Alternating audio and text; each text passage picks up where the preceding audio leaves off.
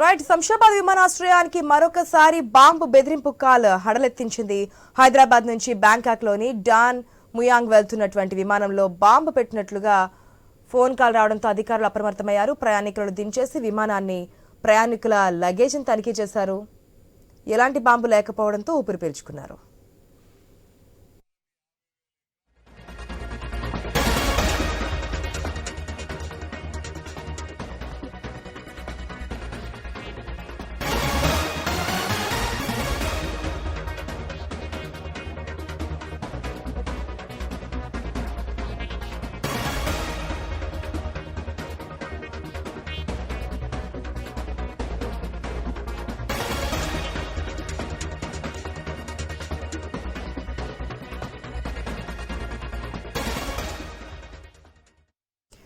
శంషాబాద్ విమానాశ్రయానికి మరొకసారి బాంబు బెదిరింపు కాల్చినట్టుగా తెలుస్తోంది. పూర్తి అప్డేట్స్ మా స్పెషల్ కరెస్పాండెంట్ సునీల్ ద్వారా తెలుసుకుందాం.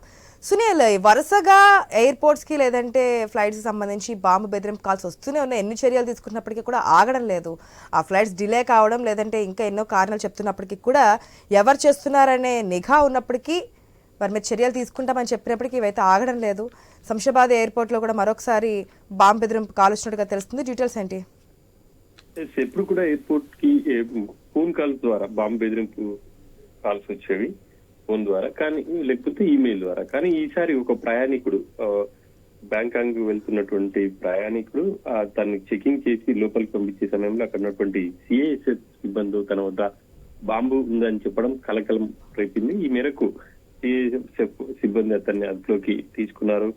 ఆ విమానంలో అప్పటికే దాదాపుగా 136 మంది ప్రయాణికులు ఉన్నారు. వాళ్ళందరినీ దించేసి విమానాన్ని కూడా పూర్తి స్థాయిలో అధికారులు తనిఖీ చేసినటువంటి పరిస్థితి. అసలు అతను అదుపులోకి తీసుకుని అతని వద్ద ఉన్నటువంటి లగేజీని కావచ్చు, అతని వివరాలన్నీ కూడా సిఐఎస్ఎఫ్ సిబ్బంది సేకరించారు. అసలు ఎందుకు అతను బాంబు ఉందని చెప్పేసి బెదిరించాడు, ఆయనకు ఆయన ఎక్కడి నుంచి ఎక్కడికి వెళ్తున్నాడు, ఆయన పూర్తి వివరాలు కూడా వాళ్ళు రాబడుతున్నారు. తరచుగా విమానాశ్రయంలో ఇటువంటి ఘటనలు జరుగుతా ఉన్నాయి.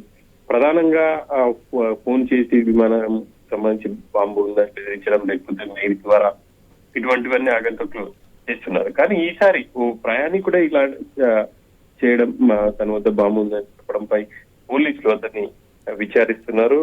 అతని ఏ దేశానికి చెందినవాడు, ఇక్కడికి ఎప్పుడు వచ్చాడు, లేకపోతే అతను ఇండియానైనా అనే పూర్తి వివరాలు కూడా తెలియాల్సి ఉంది. Thanks for the updates Sunil.